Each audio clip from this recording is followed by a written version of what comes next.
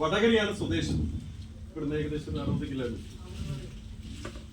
എനിക്ക് തോന്നുന്നു എന്റെ ഡിഗ്രി കഴിഞ്ഞത് മുതൽ ഡയറക്ട് മാർക്കറ്റിംഗ് ഫീൽഡിൽ തന്നെയാണ്. ഇന്ന് വരെ ഒരു പണിക്ക് പോയിട്ടില്ല. നേടിയ സ്വപ്നങ്ങളൊക്കെ ഈ ഇൻഡസ്ട്രി തന്നെയാണ്.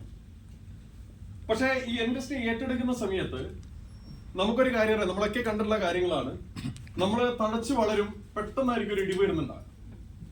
ഒന്നുകിൽ നമ്മുടെ ടീമിനകത്തുള്ള പ്രശ്നങ്ങൾ, അല്ലെങ്കിൽ ആ കമ്പനിയെ കാണാതിരിക്കുക, അല്ലെങ്കിൽ കമ്പനിയുടെ പ്ലാനിൽ എന്താണ് മാറ്റങ്ങൾ വരുത്തുക, അല്ലെങ്കിൽ അവരുടെ പ്രോഡക്റ്റുകൾ കൺവേർട്ട് ചെയ്യുക.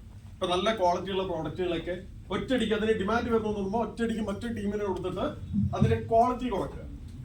ഇങ്ങനെ ഇരിക്കുകയാണ് ഞങ്ങൾ ചെയ്തുകൊണ്ടിരിക്കുന്ന ഒരു കൺസെപ്റ്റിനെ ഞങ്ങൾ മാറ്റി നിർത്തിയിട്ട് നല്ലൊരു കമ്പനിക്ക് വേണ്ടിയിട്ട് ഞങ്ങൾ സെർച്ച് ചെയ്തുകൊണ്ടിരുന്നത്. അങ്ങനെ ഡാം ലൈഫ്സിന്റെ കാര്യം ഞങ്ങൾ ഗൂഗിളിൽ സെർച്ച് ചെയ്തുകൊണ്ടിരിക്കുമ്പോൾ കണ്ടുകൊണ്ടിരുന്നു. പക്ഷെ അതിലെ കസ്റ്റമർ കെയർ നമ്പറിലേക്ക് ഞങ്ങൾ ഒരുപാട് തവണ ബന്ധപ്പെട്ടിട്ടും കോൾ ആരും കണക്ട് ചെയ്തില്ല. ഒരു 5-6 തവണ വിളിച്ചു. എനിക്ക് എന്റെ സുഹൃത്ത് മനേജ് സാർ വീണ്ടും അദ്ദേഹത്തെ വിളിച്ചപ്പോ ഒരു ലേഡി അവിടെ നിന്ന് എടുത്തു. പക്ഷെ വേണ്ടത്ര എന്ത് ചെയ്തില്ല, റിപ്ലൈ ഒന്നും കണക്ട് ചെയ്തില്ല. ഞങ്ങളിത് സെർച്ച് ചെയ്യാനുള്ള കാരണം, നിലവിൽ നമ്മൾ ഇന്ന് ഈ ഇൻഡസ്ട്രിയിൽ കണ്ടുകൊണ്ടിരിക്കുന്ന ഏത് കമ്പനി എടുത്ത് പരിശോധിച്ചു കഴിഞ്ഞാലും നമുക്ക് ആവശ്യമുള്ള സാധനങ്ങൾ വളരെ കുറവാണ്. പിന്നെ ലീഡേഴ്സിന്റെ മോട്ടിവേഷൻ, അവിടെയുള്ള കോലാഹലങ്ങൾ, ഇതൊക്കെ കണ്ടുകൊണ്ട് നമ്മൾ എന്ത് ചെയ്യും, കുറച്ച് സാധനങ്ങൾ സ്റ്റോക്ക് ചെയ്ത് വെക്കും. പിന്നീട് അത് നമുക്ക് തന്നെ തലവേദനയാകുന്ന കേസാണ് എല്ലാ കാറ്റഗറിയിലും കണ്ടുള്ള. ഇവിടെ ഞങ്ങൾ പരിശോധിച്ച് നോക്കിയപ്പോ ആവശ്യക്കാരന് ആവശ്യമുള്ള സാധനങ്ങൾ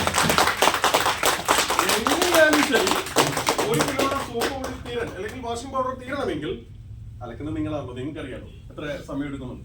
അതെന്തായാലും തീരും. ഏതെങ്കിലും കല്യാണ വീട്ടിൽ വെച്ച് കാണുമ്പോ ഈ ചങ്ങായി കാരണം എന്നുള്ള വീടെന്തിയില്ല, ഉച്ചരിക്കില്ല എന്ന് തിരിച്ചറിഞ്ഞത് കൊണ്ടാണ് ഈ കമ്പനിയെ കുറിച്ച് അറിയാമെന്നുള്ളത് അല്ലെങ്കിൽ മനസ്സിലാക്കാമെന്നുള്ളത് ഞങ്ങൾ തീരുമാനിച്ചു.